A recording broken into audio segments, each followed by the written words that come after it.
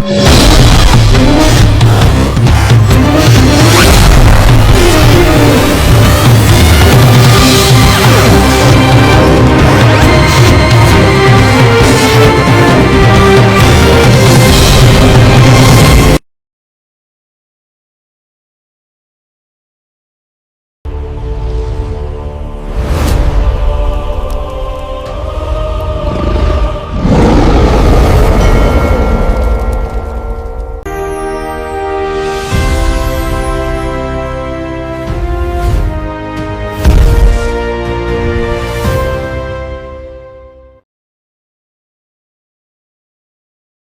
can't climb trees anymore. இனிமேல் என்னால் மரம் ஏற முடியாது என்கின்ற இந்த கதை ரஸ்கின் பாண்ட் என்கின்ற எழுத்தாளரால் எழுதப்பட்டிருக்கிறது. ரஸ்கின் பாண்ட் மே மாதம் 19ஆம் நாள் 1934ஆம் ஆண்டு பிறந்தவர். அவர் ஆங்கில பரம்பரையில் வந்த விருது பெற்ற இந்திய ஆசிரியர். இந்தியாவில் குழந்தை இலக்கிய வளர்ச்சியில் அவரது பங்கு மிகவும் பிரபலமானது.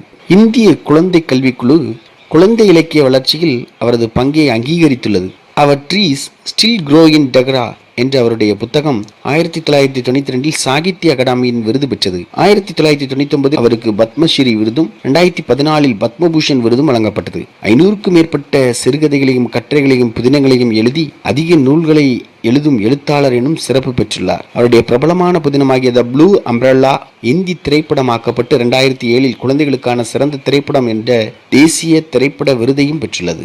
சாலையின் பக்கத்தில் புல் விளிம்பில் அவர் நின்று கொண்டிருந்தார். தோட்டத்து சுவரின் மேல்புறமாக அங்குள்ள அந்த பழைய வீட்டை பார்த்தார். அது ஒன்றும் அப்படி அதிக அளவில் மாறிவிடவில்லை. கெட்டியான கருங்கற்களால் கட்டப்பட்ட அந்த பழைய வீடு கொஞ்சம் கூட மாற்றியமைக்கப்படவில்லை. ஆனால் அங்கே ஒரு அவுட் ஹவுஸ் ஒன்று இருந்தது. அங்கு ஒரு சில மரங்களும் இருந்தன. கட்டிடத்தின் ஒரு பக்கம் அந்த பலாமரம் அப்படியே இருந்தது. அது அவருக்கு மிகுந்த மகிழ்ச்சியை கொடுத்தது. அது சுவரின் மேல் தனது நிழலை வீசி பரப்பிக் கொண்டிருந்தது. அவருக்கு தனது பாட்டி கூறியது நினைவுக்கு வந்தது. எந்த ஒரு வீட்டின் மேல் மரத்தின் நிழல் விழுகிறதோ அந்த வீட்டில் ஆசீர்வாதம் நிலைத்திருக்கும். எனவே அந்த வீட்டின் தற்போதைய உரிமையாளர்களுக்கு மரத்தின் ஆசீர்வாதம் கிடைத்து கொண்டே இருக்கும். அவர் நின்று கொண்டிருந்த அந்த இடத்தில் ஒரு காலத்தில் ஒரு சுழல் கதவு, அதாவது டான்ஸ்டைல் ஒன்று இருந்தது. அவர் சிறுவனாக இருந்தபோது அதில் ஊசலாடுவது தலை சுற்றி மயக்கம் வரும் வரை அவர் அதிலே சுற்றி சுற்றி வந்து கொண்டே இருப்பார். இப்போது அந்த சுழல் கதவு இல்லாமல் போய்விட்டது. அந்த திறந்த வெளியில் சுவர் எழும்பி இருந்தது.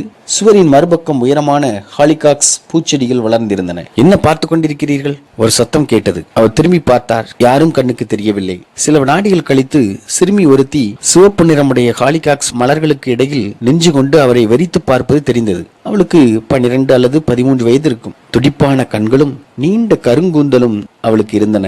நான் இந்த வீட்டை பார்த்து கொண்டிருக்கிறேன். இது உன்னுடையதா? இல்லை, இது என் அப்பாவினுடையது. ஏன் இதை நீங்கள் வாங்கப் போகிறீர்களா? உன் அப்பா என்ன செய்கிறார்? அவர் வெறும் இராணுவ அதிகாரி. அவர் வெறும் கேர்னல் தான். வெறும் இராணுவ அதிகாரியா? ஆம், அவர் இந்நேரம் பிரிகேடியராக வந்திருக்க வேண்டும். ஆனால் இன்னும் கேர்னலாகத்தான் இருக்கிறார். அந்த மனிதர் படக்கென சிரித்து விட்டார். இது ஒன்று வேடிக்கை அல்ல. அம்மா கூட சொல்லுவார், அவர் ஒரு இராணுவ அடி தலைவராக வந்திருக்க வேண்டும் என்று. மீண்டும் அந்த சிறுமி கூறினார். வேடிக்கையான கருத்து ஒன்றை சொல்ல வேண்டும் என்று அந்த வார்த்தை அவரது நாக்கின் நுனி வரைக்கும் வந்துவிட்டது. ஒருவேளை அதனால்தான் என்னவோ அவர் இன்னும் கேர்னலாக இருக்கிறார் என்று சொல்ல நினைத்தார். ஆனால் அவர் அந்த சிறுமியை புண்படுத்த விரும்பவில்லை. அவர்கள் சுவரின் 2 பக்கமும் நின்று கொண்டு ஒருவரை ஒருவர் மதிப்பிட்டுக் கொண்டிருந்தனர். நீங்கள் இந்த வீட்டை வாங்க விரும்புகிறீர்களா? இல்லை என்று அவர் கூறினார். நல்லது, இந்த வீட்டை நீங்கள் வாங்க விரும்பாவிட்டால் எதை உற்று பார்த்து கொண்டே இருக்கிறீர்கள்? 25 ஆண்டுகளுக்கு முன் நான் இங்கே வசித்து வந்தேன். சிறுவனாக, இளைஞனாக. அதன் பின் என் பாட்டி இறந்து விட்டால் நாங்கள் வீட்டை விற்றுவிட்டு சென்று விட்டோம். இந்த செய்தியை உள்வாங்கிக் கொண்டு அந்த சிறுமி சிறிது நேரம் அமைதியாக இருந்தார். நீங்கள் இந்த வீட்டை மீண்டும் வாங்க விரும்புகிறீர்கள், ஆனால் உங்களிடம் பணம் இல்லை, அப்படித்தானே? அவளுக்கு அவரை பார்க்க வசதியான ஆளாக தென்படவில்லை. இல்லை, இதை மீண்டும் வாங்குவது பற்றி நான் யோசிக்கவில்லை. இதை மறுபடியும் பார்க்க விரும்பினேன், அவ்வளவுதான். எவ்வளவு காலம் நீங்கள் இங்கு வசிக்கிறீர்கள்? 3 வருடங்களாக மட்டுமே என்று அச்சிறுமி புன்னகைத்தாள். நீங்கள் உள்ளே வந்து இன்னும் நெருக்கமாக வீட்டை பார்க்க விரும்புகிறீர்களா? நான் வந்தால் உன்னுடைய பெற்றோர் எதுவும் சங்கடப்படுவார்களா? அவர்கள் சங்கத்திற்கு சென்றிருக்கிறார்கள். அவர்கள் ஒன்றும் தடை சொல்ல மாட்டார்கள். எனது நண்பர்களை நான் என் வீட்டிற்கு அழைத்து வர எனக்கு அனுமதி உண்டு. என்னை போன்ற வயதான நண்பர்களையுமா? உங்களுக்கு என்ன வயதாகிறது? ஓ, வெறும் நடுத்தர வயதுதான். ஆனால் இன்று நான் இளமையாக இருப்பதாக உணர்கிறேன். மேலும் அதை நிரூபிப்பதற்கு அவர் சுற்றி வந்து வாசலுக்கு வருவதற்கு பதிலாக சுவர் ஏறி குதிக்க முடிவு செய்தார். அவர் சுவர் மீது ஏறிவிட்டார். நன்றாக. ஆனால் வேகமாக மூச்சு விட்டு கொண்டு அவர் அங்கேயே ஓய்வெடுக்க வேண்டியிருந்தது. சர்க்கஸில் காணப்படும் ட்ரபீஸ் எனப்படுகின்ற பறக்கும் ஊஞ்சலின் குறுக்கின் மேலே ஒரு நடுத்தர வயது கொண்ட மனிதன் என்று தனக்குத்தானே முனகிக் கொண்டார். நான் உங்களுக்கு உதவுகிறேன் என்று அவருக்கு அவள் கை கொடுத்தாள். அவர் பூச்செடியில் உள்ள பாத்தியில் வழுக்கி கொண்டு விழுந்ததில் ஹாலிகாத் செடியின் தண்டு முறிந்து போனது. அவர்கள் இருவரும் புல்லின் குறுக்காய் நடந்து சென்ற பொழுது அவர் மரத்தடியில் ஸ்டோன் பெஞ்ச் ஒன்று இருப்பதை பார்த்தார். அந்த ஸ்டோன் பெஞ்சின் மேல்தான் அவரது பாட்டி ரோஜா புதர்கள், காகித பூச்செடிகள் ஆகியவற்றின் கிளைகளை வெட்டிய பின் அமர்ந்து ஓய்வெடுப்பது வழக்கம். நாம் இங்கேயே அமர்ந்து கொள்ளலாம், உள்ளே போக நான் விரும்பவில்லை என்று அவர் கூறினார். அவள் அந்த இருக்கையின் மேல் அவருக்கு அருகில் அமர்ந்தாள். அவர்கள் இருவரும் சிறிது நேரம் அமைதியாக இருந்தார்கள். அந்த மனிதர் தன் கண்களை மூடிக்கொண்டு அன்றைய நினைவுகளை நினைத்து பார்த்தார். ஒரு பியானோவின் இசை, தாத்தாவின் சுவர் கடிகாரத்தின் மெல்லிய மணியொலி, தாழ்வாரத்தில் இடைவிடாது ஒலிக்கும் கிளிகளின் ஓசை, அவரது தாத்தா தனது பழைய காரை கிளப்பும் கரடுமுரடான ஓசை, இவையெல்லாம் அவருடைய நினைவில் ஓட ஆரம்பித்தது. அங்கு நின்ற பலாமரத்தை சுட்டிக்காட்டி, நான் அந்த பலாமரத்தில் ஏறுவது வழக்கம், அவர் கண்களை திறந்து கொண்டு கூறினார். நீங்கள் மறுபடியும் அதில் ஏற விரும்புகிறீர்களா? என் பெற்றோர் ஒன்றும் தடை சொல்ல மாட்டார்கள். இல்லை இல்லை, தோட்டத்து சுவரில் ஏறிய பின் நிச்சயமாக இல்லை. நாம் இங்கேயே அமர்ந்திருந்து சில நிமிடங்கள் பேசிக்கொண்டிருப்போம். நான் பலாமரத்தை குறிப்பிடுவது ஏனென்றால் அது எனக்கு மிகவும் பிடித்தமான இடம். கூரையின் மேல் ஒரு கனமான மரக்கிளை நீண்டு கொண்டு செல்வதை உன்னால் பார்க்க முடிகிறதா? அதில் பாதி தூரம் சென்றால் ஒரு சிறிய பொந்து இருக்கும். அங்கே நான் எனது பொக்கிஷங்களை வைப்பது வழக்கம். எப்படிப்பட்ட பொக்கிஷங்கள்? சிறுமி கேட்டார். அப்படி ஒன்றும் விலை மதிப்புள்ள பொருட்கள் கிடையாது. நான் போட்டிகளில் வென்று கிடைத்த கோழி குண்டுகள், நான் படிக்கக்கூடாது என கூறப்பட்ட ஒரு புத்தகம், சில பழைய நாணயங்கள், வந்தவை போனவை எல்லாம் அங்கே இருக்கும். நான் ஒரு வகையில் ஒரு காகத்தை போல பளபளப்பான பொருட்களை சேகரிப்பேன், பாதுகாப்பாக வைப்பேன். அங்கே என் தாத்தாவின் இரும்பு சிலுவை கூட இருந்தது. உண்மையிலேயே அது அவருடையதல்ல, ஏனெனில் அவர் பிரிட்டிஷ்காரர். இரும்பு சிலுவையானது ஒரு ஜெர்மானிய பதக்கம். முதல் உலகப் போரின் போது துணிச்சலுக்காக அவருக்கு வழங்கப்பட்டது. என் தாத்தா பிரான்சில் இருந்தபோது போரில் ஈடுபட்டார். ஒரு ஜெர்மானிய போர் வீரரிடம் இருந்து அவர் அதை பெற்றார். உங்களிடம் அந்த இரும்பு சிலுவை இன்னும் இருக்கிறதா? அவர் அவளது கண்களை பார்த்து கொண்டே, இல்லை, அதை நான் அந்த பலாமரத்தில் வைத்து விட்டேன் என்றார். என்னது, பலாமரத்தில் வைத்து விட்டீர்களா? ஆம், நான் மூட்டை கட்டி கொண்டு புறப்படுவதிலும் அனைவரிடமும் விடை வருவதிலும் அன்று கப்பலில் புறப்பட்டு செல்வதிலுமே ஆர்வமாயிருந்தேன். அப்பொழுது அவ்வளவு பரபரப்பாக இருந்தேன். எனவே அதை முழுவதும் சுத்தமாக மறந்தே போய்விட்டேன். ஆம், 25 வருடங்கள் அது அங்கேயே இருக்கும், யாரும் அதை பார்க்காமல் இருந்தால். நீங்கள் போய் அதை பார்க்க விரும்புகிறீர்களா? இனிமேல் என்னால் மரம் ஏற முடியாது. உங்களால் முடியாவிட்டால் நான் போய் பார்க்கிறேன். நீங்கள் இங்கேயே அமர்ந்திருந்து எனக்காக காத்து கொண்டிருங்கள். அந்த சிறுமி வேக வேகமாக மரத்தில் ஏறினாள். நான் அதை கண்டுபிடித்து விட்டேன், ஏதோ ஒன்றை கண்டுபிடித்து விட்டேன் என அவள் சத்தம் போட்டாள். அவரை நோக்கி அவள் மூச்சு விடாமல் வெறுங்காலோடு ஓடி வந்தாள். நீட்டப்பட்ட அவளது கையில் ஒரு துருபிடித்த பழைய பதக்கம் இருந்தது. அவர் அவளிடம் இருந்து அதை வாங்கினார். தனது உள்ளங்கையின் மேல் வைத்து அப்படியே உருட்டினார். இதுதான் அந்த இரும்பு சிலுவையா என அவள் ஆவலுடன் கேட்டாள். ஆம், அதுதான் இது. நீங்கள் ஏன் வந்தீர்கள் என்பது இப்போது எனக்கு தெரிந்துவிட்டது. அது இன்னும் மரத்தில் இருக்கிறதா என்று பார்க்கத்தானே வந்தீர்கள்? நீ சொல்வதும் சரிதான். நான் ஏன் வந்தேன் என்பது எனக்கு உறுதியாக தெரியவில்லை.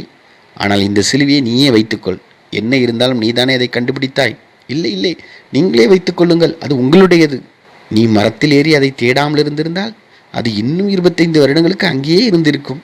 நீங்கள் மட்டும் மீண்டும் வராமல் இருந்திருந்தால், சரியான நாளில் சரியான நேரத்தில் சரியான நபருடன் என அவர் கூறிக்கொண்டே எழுந்து நின்று அந்த பதக்கத்தை அவளது கையில் கொடுத்தார்.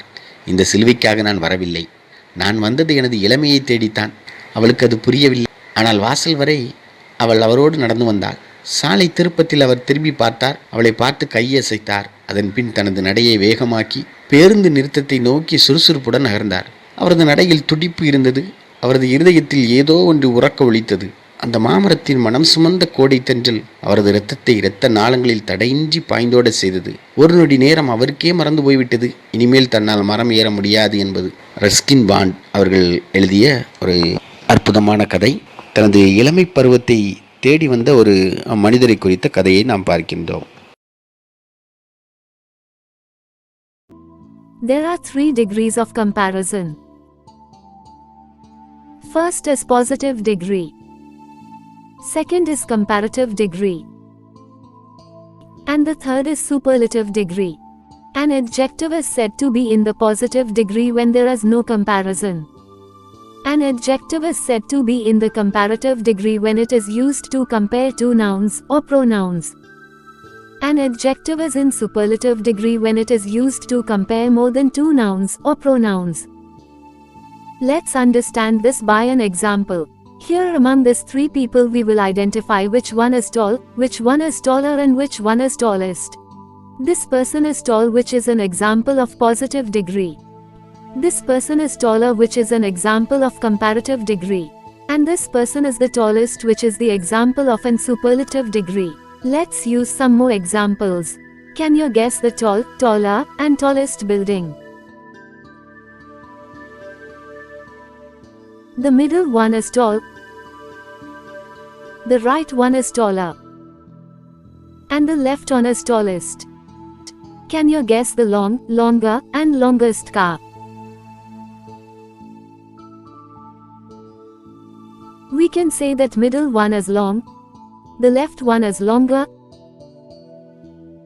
and the right one is longest. Can you guess the fat, fatter, and fattest animal?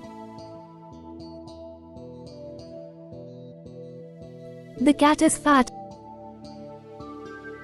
The bear is fatter. And the panda is fattest. We can also use more and most in some cases like below. While cleaning the house, this small cleaning brush is helpful, whereas this broom is more helpful, and this vacuum cleaner is most helpful. In some cases we can use good, better, and best to show comparison like below. For a good sleep, this flat bed is good, whereas this bed with a pillow is better. And this double bed with enough space is the best.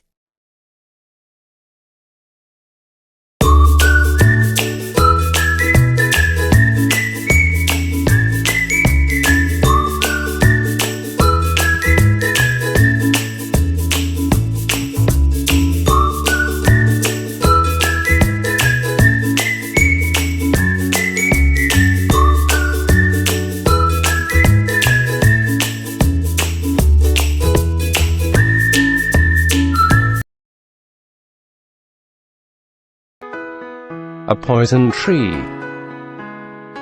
by William Blake. I was angry with my friend. I told my wrath. My wrath did end. I was angry with my foe. I told it not. My wrath did grow, and I watered it in fears, night and morning with my tears, and I sunned it with smiles, and with soft deceitful wiles, and it grew both day and night, till it bore an apple bright, and my foe beheld it shine, and he knew that it was mine, and into my garden stole. When the night had veiled the pole, in the morning glad I see my foe outstretched beneath the tree. On the 17th of May 2157, Margie wrote in her diary, "Today, Tommy found the real book." This story is set in 2157. At this time, there are not the human teachers, but mechanical teachers. Margie is an 11-year-old girl. Her friend, Tommy, who is 13 years old, found a real book. A book that we presently use. Margie's grandfather once said, "Margie, when I was a child, my grandfather told me that there was a time when all stories were printed on paper. They turned the pages, which were yellow, and the words stood still, instead of moving the way they do on a screen." In the next scene, Tommy is reading the book, in Margie's house. Both of them are amused to see such a thing. Gee, what a waste. When you have read the book, you just throw it away, I guess. Our television screen must have had 1,000,000 books on it. I wouldn't throw it away. Same with mine. Where did you find it? In my house. In the attic. What's it about? School. School? What's there to write about school? I hate school. Margie always hated school. But now, she hated it even more. Why? Because the mechanical teacher had been giving her test after test in geography, and she had been doing worse and worse. Until her mother had called the county inspector. County inspector, a mechanic who repaired mechanical teachers. He was a round little man with a red face, and a whole box of tools. He smiled at Margie and gave her an apple, then took the teacher apart. Margie had hoped he wouldn't know how to put it together again, but he knew, and, after an hour or so, there it was again, large and black and ugly, with a big screen on which all the lessons were shown, and the questions were asked. It's not the little girl's fault, Mrs. Jones. I think the geography sector was geared to a higher level. Those things happen sometimes. I've slowed it up to an average 10-year level. Actually, the overall pattern of her progress is quite satisfactory. I hoped they would take the teacher away with them. They had once taken Tommy's teacher away for nearly a month, because the history sector had blanked out completely. Why would anyone write about school? Because it's not our kind of school, stupid. This is the old kind of school that they had hundreds and hundreds of years ago. Centuries ago. Well, I don't know what kind of school they had. Anyway, they had a teacher. Sure, they had a teacher. But it wasn't a regular teacher. It was a man. A man? How could a man be a teacher? Well, he just told the boys and girls things, and gave them homework, and asked them questions. A man isn't smart enough. He is. My father knows as much as my teacher. I wouldn't want a strange man in my house to teach me. You don't know much, Margie. The teachers didn't live in the house. They had a special building, and all the kids went there. And all the kids learned the same thing? Yes. If they were the same age. But my mother says, a teacher has to be adjusted to fit the mind of each boy and girl it teaches, and that each kid has to be taught differently. They didn't do it that way, then. If you don't like it, you don't have to read the book. I didn't say I didn't like it. Margie. School. Not yet, Mama. Now. And it's probably time for Tommy too. Can I read the book some more, with you? Maybe. Margie went into the schoolroom. It was right next to her bedroom, and the mechanical teacher was on, and waiting for her. It was always on at me time every day, except Saturday and Sunday. The screen was lit up, and it said, Today's arithmetic lesson is on the addition of proper fractions. Please insert yesterday's homework in the proper slot. Margie did so with a sigh. She was thinking about the old schools they had, when her grandfather's grandfather was a little boy. All the kids from the whole neighborhood came, laughing and shouting in the schoolyard, sitting together in the schoolroom, going home together at the end of the day. They learned the same things, so they could help one another with the homework and talk about it. And the teachers were people. The mechanical teacher was flashing on the screen. When we add fractions 1 by 2 and 1 by 4. Margie was thinking about how the kids must have loved it, in the old days. She was thinking about the fun they had. The fun. Whose woods these are? I think I know his house is in the village though. Whose woods these are? I think I know his house is in the village though. He will not see me stopping here to watch his woods fill up with snow. My little horse must think it used to stop without a farmhouse near. My little horse must think it cute to stop without a farmhouse near.